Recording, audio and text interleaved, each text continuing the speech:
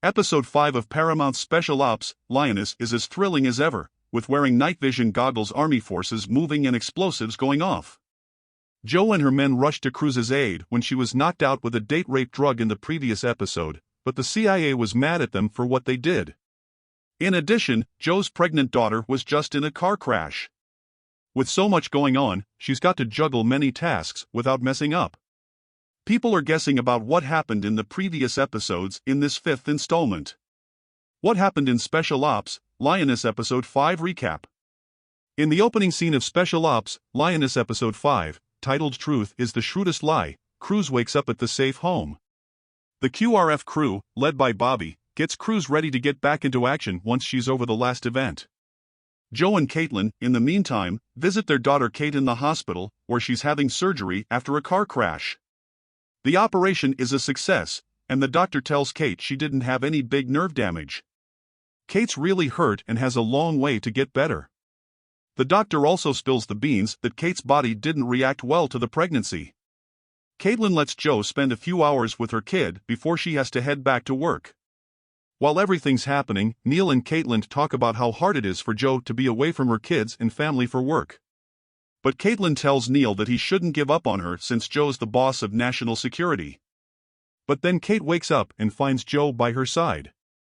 Jo says she's sorry for the time she had to be away from her kid because of work in a heart-to-heart chat with her daughter. After asking about Kate's past, Jo spills the beans that she was already hitched to another guy when she got pregnant. Kate and Jo make up when she says sorry for giving Jo the cold shoulder. Before heading back to work, Jo hangs out with Neil and her younger daughter, Charlie. Jo eventually shows up for a quick talk with Kyle. The agents are grilled and chewed out by Byron Westfield, their CIA boss. Westfield is mad that Jo gave Kyle his team and warns her not to use his stuff for shady stuff. While Kyle says he's got a lead on big-shot terrorist targets thanks to the guy he saved from certain death, Westfield thinks they can hide the Lioness QRF team's part in the Texas extraction job if they can grab these folks. Kyle says his sources think the 6 suspects will be at a Wise home near San Antonio, Texas. So, Westfield gives the thumbs up for an operation to grab the targets while they're still alive. But he warns Jo and Kyle that if anything messes up, they'll have to give up control of the operation and be under a lot more scrutiny.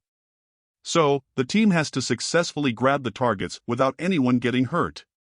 Jo heads back to the hideout to gather her crew before meeting Kyle in the command center that Caitlin has set up. After finding out that their planned targets are packing heat, Jo, Caitlin, and Kyle have to rethink their plan. In the episode's climax, Jo's squad and Kyle are called into action after learning that the terrorists' planned targets are armed with guns. Terrorists are armed with guns and explosives, making the task tougher than expected. This makes it super hard, if not impossible, to grab them alive. So, Caitlin gets ready for a backup plan where she and the terrorists blow up the safe home along with the explosives. In addition, Cruz wants to go on the trip because she thinks it'll show what she's made of. Jo brings her into the group. Caitlin warns Jo and Cruz to keep cool heads in the field by not all thinking the same.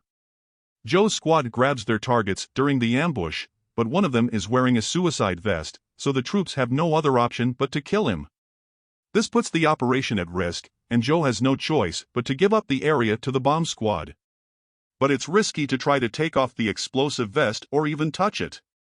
Jo's squad pulls back, the area is cleared out, and the bomb that would otherwise blow up the safe house and kill the targets is put on hold. Errol Meade, Caitlin's husband, tells her that the San Antonio mission has been on national news when she gets home. So, it makes sense to think that the operation didn't work, even if no innocent people were hurt. So now the CIA's top brass have more reason to watch Jo and her group. Cruz gets a call from Aliyah Amrohai towards the end of the episode. Cruz successfully gets back in touch with her target while she talks with Aliyah. In addition, Jo's team has to make up for it after recent setbacks, and Cruz might lead them to key targets with ties to Aliyah and her family. Jo goes back to her family, but she and Neil are struggling with the stress of her job, and it looks like they might be splitting up.